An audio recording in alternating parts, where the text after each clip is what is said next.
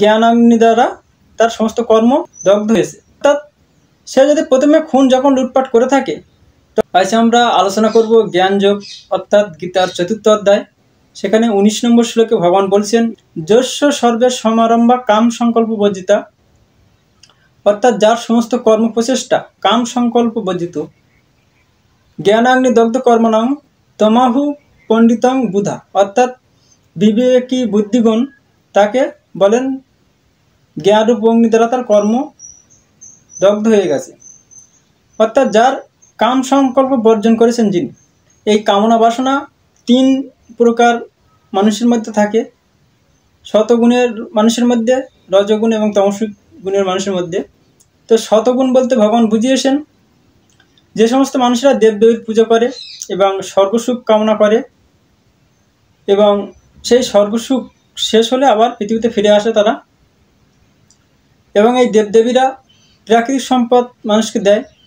তো বন্ধুরা, ভগবান বলছেন যে তুমি কোনো রকম প্রাকৃতিক সম্পদের কামনা করো না, জীবন ধারণের জন্য যতটুকু লাগে এবং মৃত্যুর পরে স্বর্গসুখ কামনা করো না, ভগবানকে প্রাপ্ত হতে চাও, অর্থাৎ জন্ম মৃত্যুর বন্ধন থেকে মুক্ত হতে চাও।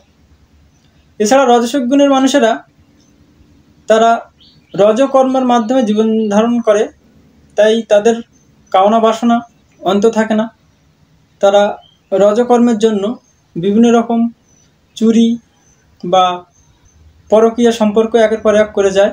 এছাড়া বন্ধুরা, রাজসিক মানুষেরা তাদের কামনা হলো তারা নিদ্রা আলস্য প্রমাদ থেকে উৎপন্ন হয় তাদের, অর্থাৎ রজগুণ। সেই গুণের মানুষেরা নিদ্রার মধ্যে থাকে। তারা কখন খুন করবে, কখন রেপিস্ট হবে বা রেপ করবে, বা কখন নেশা, চুরি, মদ, এই সমস্ত নানান কুকর্ম তারা করে। তাদের কোনো রকম জ্ঞানই থাকে না। তাদের জীবনে প্রথম না থাকে সুখ, না থাকে জীবনের শেষেও সুখ। 7ম অধ্যায়ে বলেছেন তামসিক সুখ কাকে বলে ভগবান। তো এই 3 রকম কামনা মানুষের মধ্যে থাকে, অর্থাৎ এই 3 গুণে মানুষ কর্ম করতে থাকে। এই 3 গুণ থেকে যখন মানুষ বিরত থাকে, অর্থাৎ নির্গুণ স্তরে কর্ম করতে থাকে, তখন তার সমস্ত কামনা বাসনা বর্জিত হয়ে যায়।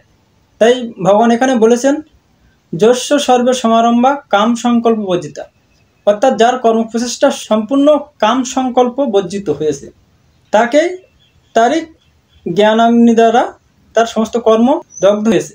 অর্থাৎ সে যদি প্রথমে খুন যখন লুটপাট করে থাকে, তখন তো সে 3 গুণে ছিল, আর সমস্ত গুণ থেকে ঊর্ধ্বে উঠে গেছে, তাই তার সমস্ত কাম প্রচেষ্টা বা কাম সংকল্প বর্জন হয়ে গেছে, এবং সে ভগবানকে প্রাপ্ত হওয়ার জন্য সমস্ত জড় কামনা বাসনা থেকে বর্জন করে জরা মরণ মোক্ষায়, অর্থাৎ জরা মরণ থেকে মুক্তি পাওয়ার জন্য এবং দুঃখ জন্ম জরা মৃত্যু এই 4টি জিনিস থেকে মুক্তি পাওয়ার জন্য, মোক্ষ লাভের জন্য বা নির্বাণ লাভের জন্য সে কর্ম করছে। অবশ্যই লাইক কমেন্ট করবেন।